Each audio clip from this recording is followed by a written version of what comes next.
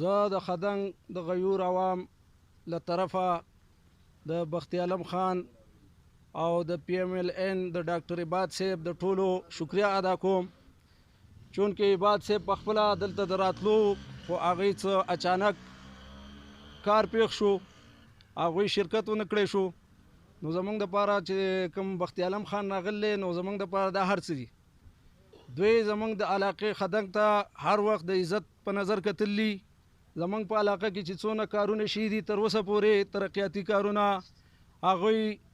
ټول دو د لاسه شي دي او دو د علاقې ته په یو دروند نظر ګوري موږ د دوی شکریا ادا کوو او الله پاک دې دوی له د دې اجر ورکړي باقي موږ د دو دا شکریا ادا کوو چې زمونږ خدنګو کوز روډ او د بر روډ دو نن افتتاح وکړه کوز روډ کې تقریبا کار مکمل شوی دی مزید نوې افتتاح وشوه او بر روډ له چې کوم فنډ راغلی هغه ټیکه شوی ده هغه کار کیږي ورپسې آینده انشاءالله زمونږ نور هم دغه پراجیکټ پاتې دی هغه به راځي نو موږ د دوی شکریا ادا کوو چې دوی راغله او د دې خلکو دا یو درینه مطالبه وه او بلکې مسله وه دا روډ زموږ ډېر خراب و دوی د دې افتتاح وکړه او نور خو دې نه مخکې زمونږ سیاسي دغه پاتې شي دي کوم چې زمونږ یونین کونسل مشرانو حالانکې یونین کونسل زمونږ په دو خدنګ او چکیسر یو یونین کونسل دی خو د هغې نه چې څوک منتخب شي نو تاسو په خپله ووایئ په خدنګو کې به چا د 10 روپو کار نه کړی هغه فنډ کې زمونږ ته هېڅ حصه نه رامیلاو شي نو موږ د دوی شکریا ادا کوو چې دوی د یعنې اقتدار کې نه وو خو د هغې باوجود دومره کار وکړو او زمونږ دا مسله چې ده دا حل کړه نو موږ د دوی شکریا ادا کوو زه ستاسو د ټولو د خدنګو نه راغلو د خپل ورونو شکریا ادا کوم چې تاسو راغلی دا خوشحالي زما ذاتي خوشحالي ده ځکه د خدنګ کار زه خپل ذاتي کار ګڼم او د خدنګ قوم چې دی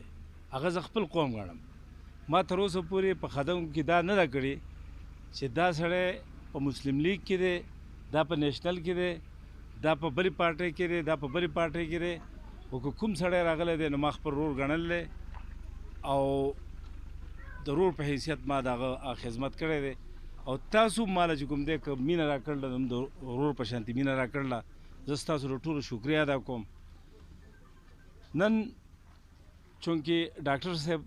تاسو ته ټولو ته پته ده چې الله پاک په دې ملک باندې یو داسې حکمران مسلط کړلی چې د هغه د پاکستان د عوام چې کوم دی لکه ډېر بد حال دی که تاسو مهنګایي ته وګورئ خلک چې کوم دی نن که چغې وباسي نو صرف او صرف د مهنګایي د لاسه خلک راوتی دی او هغه دا وایي چې زمونږ اوس برداشت نور نشتی زمونږ قوت خرید ختم شوی دی روزګار د خلکو نشتی پریشانی ده او موږ ټول په دې فکر کیو چې الله پاک دې زمونږ د ملک بچ کړي زمونږ ملک دې خدای پاک کوم دی نو سالم وساتي نو موږ د هغې دپاره فکرمن یو نو هغه په یو ایمرجنسي کې چې کوم دی د بټ آباد نه واپس لاړ خو بهرحال هغه کار چې کوم مقصد و نو زه مطلب د انجینر صاحب هم شکریا ادا کوم که نن موږ دلته کې د روډ د افتتاح وکړه نو ډاکټر صاحب له 2 روپۍ فنډ نه میلاو شي خو دا خو انجینر صاحب چې کوم دی لکه خپل له طرفه لکه مطلب زمونږ د یو صوبایي اسمبلۍ یو ممبره ده هغې فنډ ورکړی و هغه مطلب چې زموږ پکې 3 کروڑ روپو کې 50 لک روپۍ زموږ حصه کړله نو زه هغه ډېر غټه شکریا ادا کوم انشاءالله